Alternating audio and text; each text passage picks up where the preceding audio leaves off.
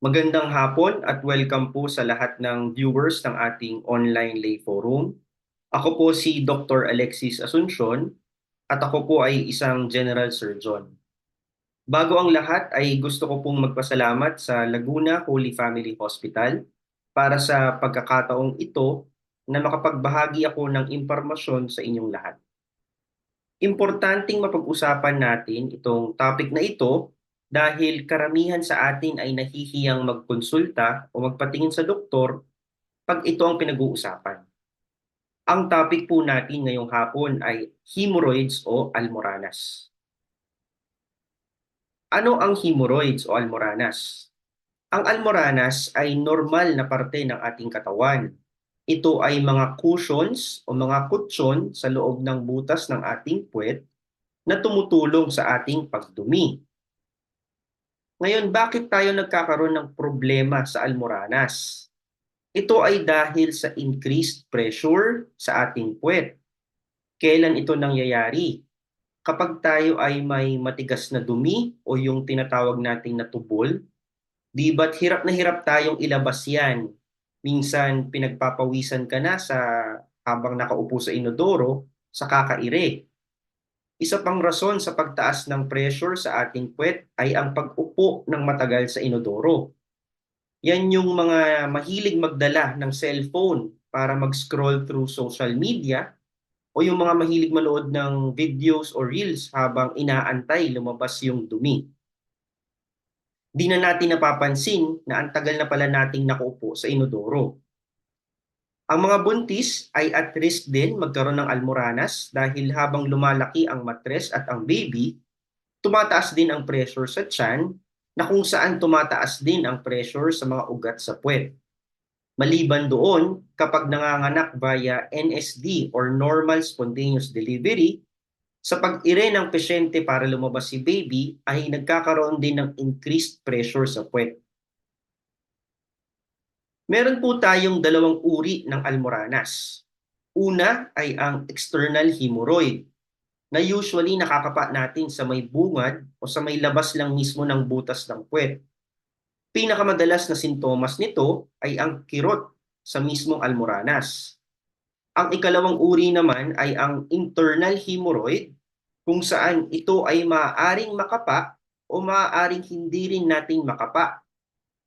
Pinakamadalas na sintomas nito ay ang painless na pagdudugo tuwing tayo ay dudumi. May apat na grade ang internal hemorrhoids. Grade 1, ito ay nasa loob ng ating puwet at hindi siya lumalabas. Grade 2, lumalabas ito pag tayo ay dumudumi at bumabalik din sa loob ng pusa. Grade 3 naman ay kung saan lalabas ito pag tayo ay dumumi at ikaw mismo ang magtutulak nito papasok sa loob ng ating puwet.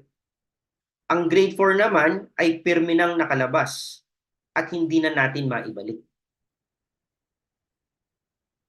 Maliban sa mga sintomas na nabanggit natin kanina, ay maaari tayong magkaroon ng mga komplikasyon mula sa almoranas.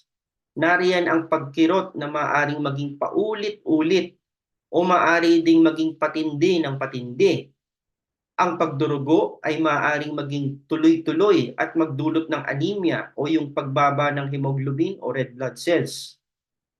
Maaari din magkaroon ng infeksyon ang ating almoranas na kung saan ito ay maaaring kumalat sa paligid ng ating butas ng puwet at maaari din kumalat papunta sa ating dugo. Ang thrombosed hemorrhoid naman ay kung saan nagkakaroon ng blood clot sa almoranas at nagdudulot ng pinakamatinding kirot at ito ay madalas na nagiging rason kung bakit naooperahan bilang emergency ang isang pasyente. Para makasigurado kung ang nararamdaman mo o ang nakakapa mo sa iyong puwet ay almoranas, huwag mag-atubiling magpatingin sa inyong doktor. Ginagawa natin ang DRE o Digital Rectal Exam, kung saan ang pasyente ay papahigain, tatagilid, at ibababa ang pantalon at underwear, tulad ng nakikita nyo sa larawan. Ang inyong doktor ay magsusuot ng gloves at maglalagay ng pampadulas sa kanyang daliri. Titingnan at e-examinin muna ang butas ng puwet. Pagkatapos ay dahan-dahang ipapasok ang daliri sa loob ng puwet.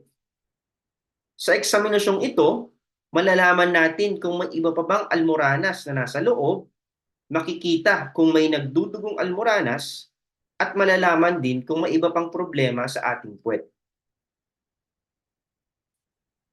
Kapag ang pasyente ay na-diagnose na may almoranas, ang unang ipinapayo natin ay ang lifestyle modification para maiwasan ang komplikasyon at hindi na madagdagan ang almoranas. Una dito ay ang high fiber diet. Layunin nitong maging buo ang ating dumi. Kaakibat ng fiber ay kailangan nating uminom ng maraming tubig para kahit buong-buo ang dumi natin, ito ay mananatiling malambot at madali nang ilabas. Kailangan din nating iwasan ang oras or bawasan ang oras na nakaupo sa inodoro.